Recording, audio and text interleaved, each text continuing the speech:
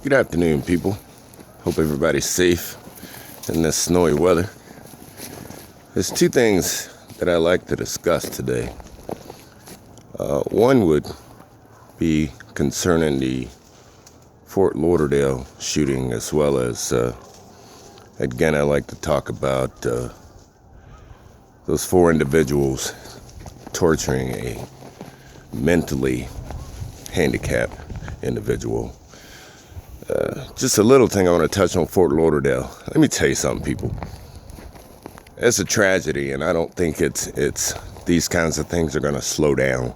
I don't think restricting the Second Amendment is going to help it. I don't think you crying about who's president or how this person's treated or that person's treated. But one thing I saw on Facebook, somebody was talking about how Governor Scott of Florida reached out to the president-elect. Now, personally, even though I didn't vote for Obama his second term, and I voted for Trump for this one, I still think it's disrespectful. I mean, he should have reached out to President Obama, because that's who he is, and that's who he should be talking to. That being said, all you people upset about that, you can't point that towards Trump. His idiotic decisions does not reflect President-elect Trump at all. Now, back to the incident in Chicago. It disturbs me that,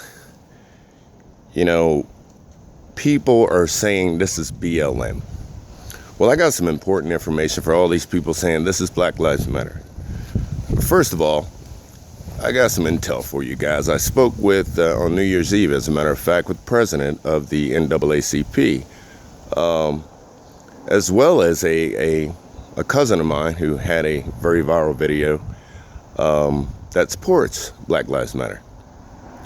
Well, here's the problem with Black Lives Matter, and this is why I don't support them. See, they have no structure. They have no structure at all. You got two young college students, females, that started this group, and you got a bunch of other people out there all over the country doing these horrible things in the name of Black Lives Matter. There's no leader of Black Lives Matter. There's no structure to Black Lives Matter. There's no treasure to Black Lives Matter.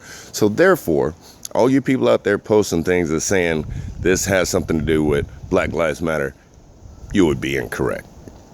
You shouldn't be upset with them. Let me tell you who you should be upset with. You should be upset with the grandmother of one of the girls that says she's a good girl and this is not who she is. She wasn't raised like that. Well, maybe she wasn't, but I'm not going to say she's a good girl and she just made a mistake. She did something horrific, laughed about it on camera, live camera at that. But you should be also upset of these so-called black leaders. Now, I'm talking about Reverend Al Sharpton, whatever you want to call himself, and the Reverend Jesse Jackson. Where are you? Where are you? You're quick to come out to talk about things when something happens to black people. What you need to do is come out and denounce when black people do bad things to other people. You can't support this. You need to come out and denounce this. Because let me tell you something. When you don't denounce something, then there's no neutral ground for this. You need to come out and say, hey, this is not right. But you're not doing that. You're just waiting on your next paycheck for something to happen to some young black guy. And if there are any leaders out there in Black Lives Matter, you need to come out and denounce it. You see, the problem is this. You can't reward anyone without discipline. You got to have both. You can't have just discipline, and you can't have just reward. You got to have both and hold people accountable.